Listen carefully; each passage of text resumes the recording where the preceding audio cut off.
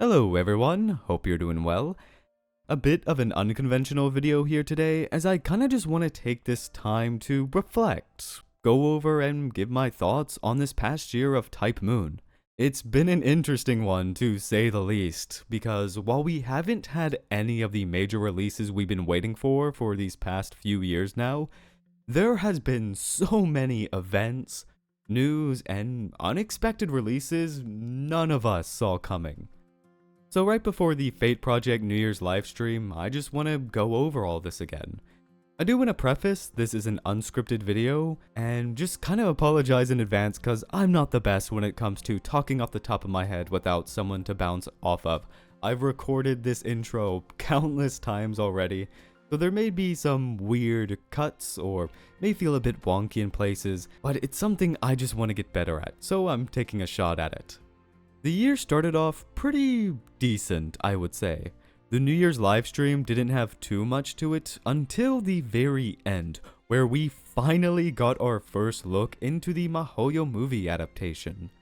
Now, we aren't sure how many films it's going to be. A safe bet is that it's going to be a trilogy, but what we do know is that this first film looks to end at the end of Chapter 5, which I feel is a good stopping point. It has that emotional and cinematic climax for Aoko and Sojiro's relationship, as well as the mystery of Alice to kind of tie everything in the audience into the second film. That, I think, is going to leave a pretty big impact. My main worry, though, is that it is a movie trilogy. I can't help but feel that Mahoyo's pacing and structure would fit infinitely better into a 24 to 26 episode season, or perhaps split that into 2 different seasons. It would have really given more time to, I guess, settle us into the daily lives of these characters, because that's what Mahoyo's all about. It's about how the supernatural has a bit of normal in it, as well as the world is more strange than we may think. And it handles this kind of main theme through diving into so many different perspectives and taking its time to kind of immerse us in their mindset. What's going on in these characters' lives? A lot of those are taken in the form of like short stories. You know, you have a random chapter that just focuses on Tobimaru's mindset, what's going on in his life, and how the current events are sort of like dragging on his mind and whatnot. And you could have an episode dedicated to those 0.5 chapters that add so much heart to what Mahoyo is trying to tell as a story. I feel some of the best moments of Mahoyo is not the climactic battles that we see or the more kind of emotional ties, but genuinely just the banal. And trying to condense all of this into what I assume to be a 6-hour theatrical release, because if it cuts any of the 0.5 chapters in between the main ones, I don't think it's going to hit as hard as it should. And that's the thing. An adaptation can never be one-to-one, and it shouldn't. It should use that medium strength to do something the source material can't, but still convey the same ideas and concepts that the original message wanted to convey. And I feel that by telling it in a more condensed storytelling format, I feel like there's going to be a lot of heart missing, but that's one of the things we're gonna have to see. I don't want to rag on it too hard because the first film hasn't even dropped yet. It's a minute to 2 trailer that we aren't even sure how it's going to be directed, what the focus is going to be on. So I want to save a lot of my worries until after that first film drops, because I want to be proven wrong. I want nothing else but for this movie to be incredible and be able to recommend it to like family and friends without that, you see, there's a bit of something important left out. I don't want to do that. I want this film to be as best as it can be, so of course I am a bit worried, especially when the last Type Moon Ufotable trilogy kind of conjured these doubts in me. But I am excited for it, and I'm going to be rooting for it. Maybe it will work out beautifully. We don't know yet. We don't have a release date on it either, so hopefully we get one tomorrow or sometime in the near future. I can't wait to be able to see this in theaters. It's going to be fun regardless. Anyway, I'm not sure if this is in chronological order, but the next thing that happened following Mahoyo's breach into the Western market is Tsukihime's official English localization. That came out this summer, I believe, sometime in July, if I'm not mistaken. Okay, not July, June 27th. That is when we got our second official Type Moon translation. And this is big because this also means that if Red Garden is on the horizon, which I'm going to get into a bit later, this could very well mean we have a simultaneous Japanese and English release. We won't have to worry about spoilers or that have that heartache of being, if only I knew how to read Japanese. And I hope that's the case. We get a dual simultaneous release. But that is not the only official localization we got. We also had the release of Fate Stay Night, which started out kind of funny. It did not have the best launch. If you were around at the time when it came out, social media was absolutely like on fire due to the fact that the game was completely bugged. If you did not have your locale set to Japan, the script of Fate Stay Night completely bugged out to the point where it was showing sprites and backgrounds at points in the story where it was not good. That's where we got this now iconic meme of, oh, it's Tosaka. But that was patched fairly, I think the same day it was patched. And to be honest, apparently the localization, from what I've seen online, is really good for both Stay Night and Tsukihime. So after all the flame Mahoyo got, I'm really happy to see that. However, that's not the only news that came with the Fate Stay Night localization. It's also confirmed, while it hasn't yet, Hollow Ataraxia will also be having one. We don't have a release date yet, but it is coming out, and this I was not expecting. To be honest, I don't think anyone was. Hollow Ataraxia isn't the most, I don't want to say forgotten, but it's also the one that has this weird dichotomy of being so loved, but at the same time, not many. It's not as well known as Stay Night, obviously, because it is kind of this weird branched off sequel, but at the same time, it's just as important, I think. It has some higher highs than Stay Night as a whole. Hollow Ataraxia is just one of those really like sentimental and heartwarming works that I just love coming back to and reading a scene every now and then, and knowing that it's now going to have a wider reach is something that makes me really happy to see. This is something I'm really excited about. And that's not all when it comes to announcements. We also had a pretty big one after so many years of silence, and that was the Fate Extra record trailer. We got a new one that finally shows off some gameplay, a lot of dungeons and whatnot, and just this trailer alone makes me so excited.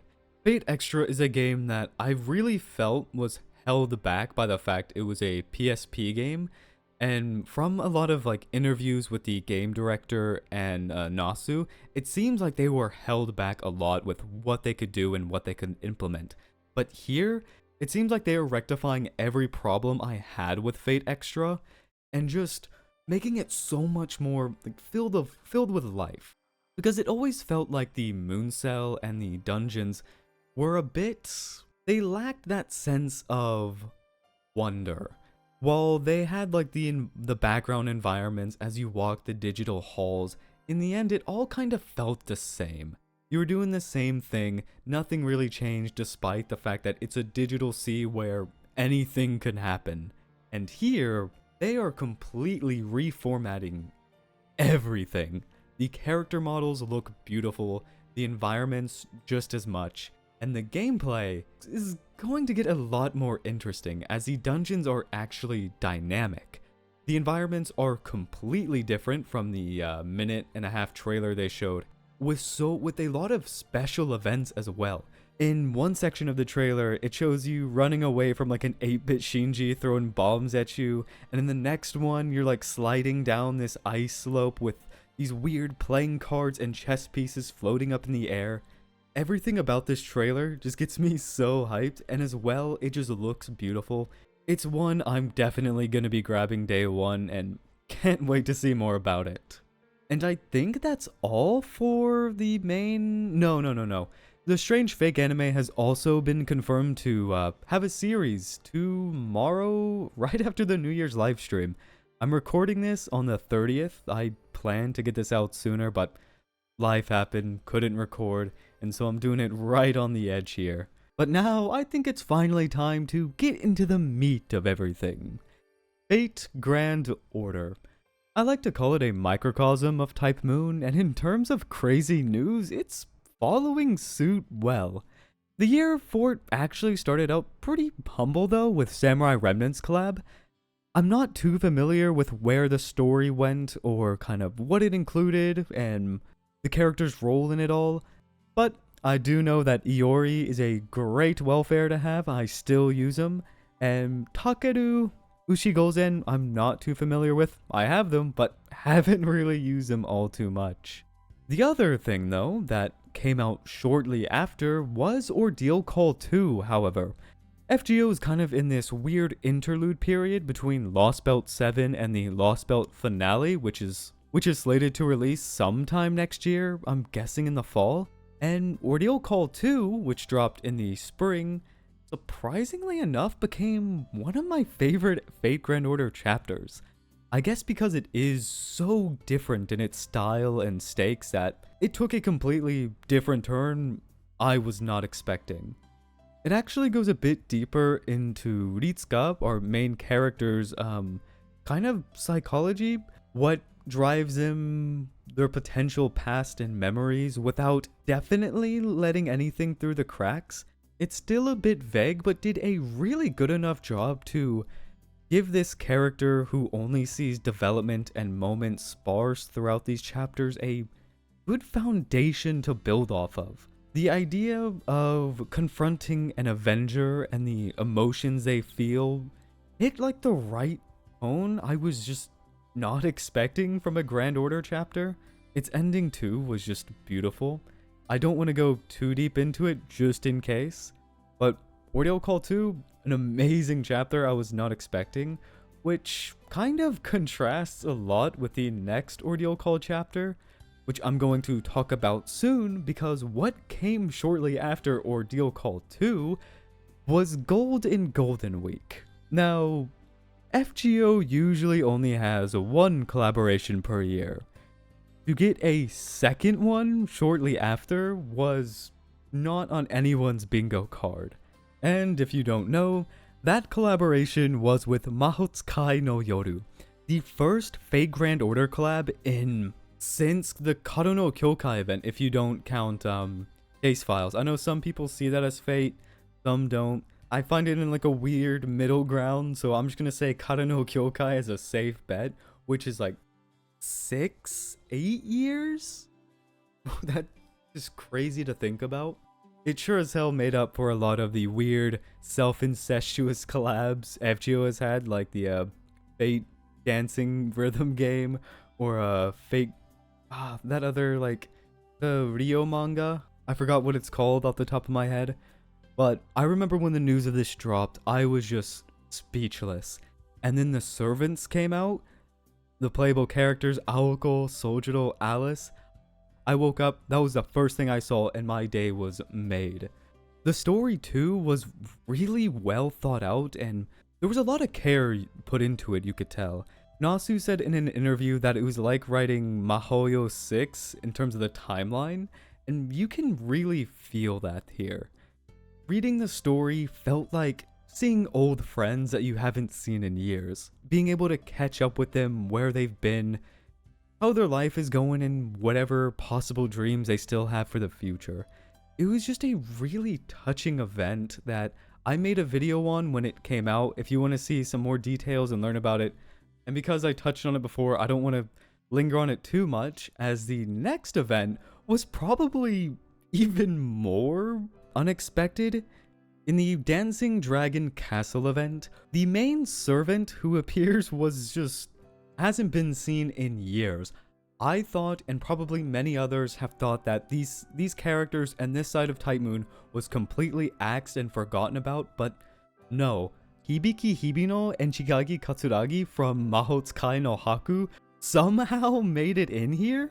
And if you don't know what that is, It was a series that was a mix of drama CDs, a phone site, and a manga, which is probably the only English source you can probably coherently go through at this point in time.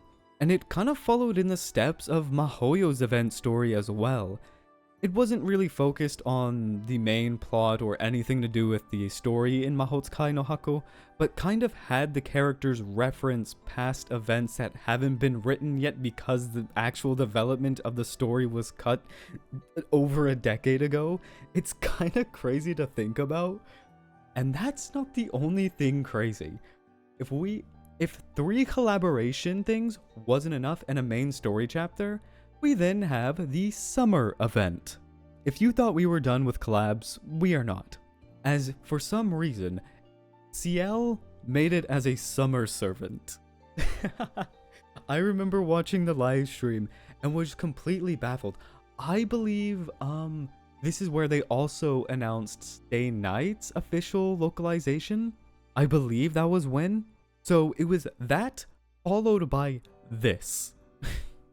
It was just, that night was utterly insane. I felt my brain was melting just from like the sheer weirdness of it all. But nope, sure enough, CL somehow made it as a summer servant. And it wasn't only a summer event. That summer event was just the prologue to Ordeal Call 3, which has its own group of separate collaborations, which Ordeal Call 3 was its weird amalgamation of so many different concepts. I know it got hated on quite a bit. Seeing the trailer, I knew it was going to be completely ridiculous, so I kind of hampered all doubts, and my god was it a fun one. It draws in 3 different collaborations, I guess you could say, not in full, but using different IPs. First, you have Fate Extra CCC with you have BB, Hakunos. The Hakunos actually make it in here, which is the best, single-handedly the best part of the chapter. Guda's and Hakuno's relationship in there being bros was the best. And then you have CL, of course, who made it into the summer event, carries over here. Arcwade also appears in there, which is kind of crazy. I guess it kind of falls under the same thing as CCC, but CCC Foxtail as well, with Kazura Drop being a vital character, who later would become a playable servant in one of the upcoming events. I'm just completely lost for breath or words right now because I cannot formulate a sentence and make it sound coherent because everything that's happening is just sounds insane thinking back on it. So Ordeal Call 3 happened. It was definitely a weirder chapter. Kind of just meshed way too many concepts together that I think didn't really pan out well. And despite being one of the longer chapters, I believe, it didn't really expand on much. It talks about humanity's evolution and essentially the sacrifice to build I don't want to say better world, but a more technologically advanced world. And it again is one of those that kind of was all over the place, but I feel like it kind of caught itself in the end and was able to have a pretty decent message by the end of it. Of course, there was a lot of touching moments in between, a lot of randomness. I enjoyed it. A lot of people didn't, which I think is fair. There was a lot of wordless characters. Percival. Karna. But I'm all over the place now just because that's how Ordeal Call 3 is. I hope I could convey even a fraction of what it was like reading that chapter. But from then on, it kind of staggered a little bit. And so we get to the end. Here at the end of the year, a week before New Year's, and all of a sudden, I log into FGO and Phantasm Moon is the banner servant. Out of nowhere, Christmas Day, or the 24th here, 25th in Japan. And this was a complete surprise. So I guess you could maybe call it another collaboration with Take Moon, if you want to go for a stretch. Take Moon or Carnival Phantasm, whichever you prefer. But there has been some discourse going around. This is why I kind of want to delay the Red Garden conversation until here, because streamer Arcwade potentially already leaked it. 月の裏側に秋の庭を作ってみたと。うわ、バれた？鮮血描写多すぎたか？ I'm just as surprised. It makes absolutely no sense, and yet it happened. I've seen some speculation that she mentions fall, so maybe we'll get a fall release. That is something I'm going to hold on to until tomorrow. Whatever this company is planning just has me completely baffled, because I originally planned to do this video like a month ago, and then I just kind of wanted to wait, see more news, and I was going to start it off by having a discussion. You know, where is Red Garden? All of a sudden, it's potentially just right here and just hasn't been officially confirmed. There was also, I saw another interpretation where in the PV for the event, it shows Arcwade having a present and it says "for you" on it with a blue and red side, potentially alluding to piece of blue glass moon and red garden. I don't know. I guess this is all just speculation, and the only way we will know is until New Year's. It's something we're just gonna have to wait and hope for. It's been a crazy year for Type Moon, and I hope 2025 is just as special. I'll probably make a video tomorrow depending on how and what sort of information comes out of the New Year's live stream. I'm hoping it's something great, Red Garden, but besides that, I don't really know. Maybe some new Maho information? Because we've reached the part, especially with this year, that I don't think anything's off the table anymore.